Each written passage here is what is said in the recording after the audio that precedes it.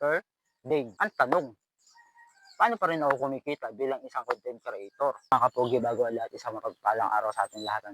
Merong isang katanungan buhat sa kapwa natin content creator.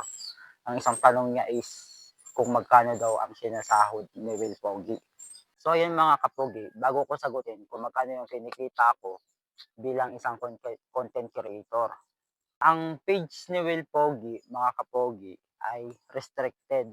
So, 1 year na pong restricted ang ating account. Ang tanong, paano pa rin ako kumikita bilang isang content creator?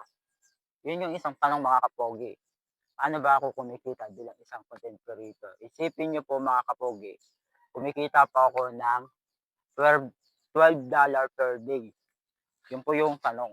Paano ako kumikita ng $12 per day na hindi po ako monetize or limited earnings po ako mga kapogi. Ang sekreto po dyan mga kapogi, ang ating mga content ay tuloy pa rin po. At syempre, hindi tayo nawawalan ng pag-asa na hindi po tayo ma-monetize or hindi po tayo kikita sa pamamagitan ng mga yan mga kapogi. Ang tanong po dun mga kapogi, paano nga ba?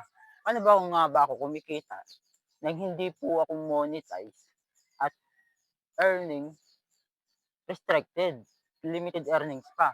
Ano nga ba mga kapogi? Yun po yung isang tanong.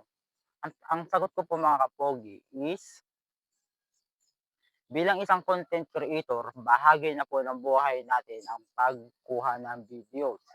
Unang-una po yan mga kapogi. Bahagi na ng buhay natin na kahit saan tayo kumilos, na kahit saan tayo pumunta o kumilos, ay bahagi na ng buhay natin ang magkuha, mag-take ng mga videos or picture, mga kapogi. Diba? At sa experience natin mga kapogi, hindi man ako ganun kagaling na editor, hindi man ako ganun kagaling kumuha ng mga videos, ay napapakinabangan po natin mga kapogi ang pagiging isang content creator sa pamamagitan din ng ibang content creator mga kapogi. Paano nangyari sa pamamagitan ng ibang content creator? Mga kapogi, may ibang content creator na kailangan nyo na lang kasama. Sa makatuwid, binabayaran nila ako para kumuha ng video or mag-edit ng video nila. Or yun po yung isa sa dahilan kung paano tayo kumikita dito sa pagiging content creator na hindi ka pa po monetize or nagkaroon man ng restricted ang iyong account. Yun lamang po mga kapugi, simpleng bagay lang. Dahil isa kang content creator, marami pong bagay tayong magagawa.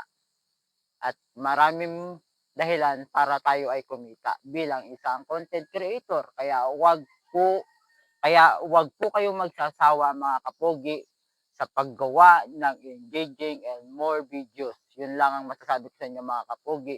At magpatuloy lang tayo dito sa mundo ng content creator.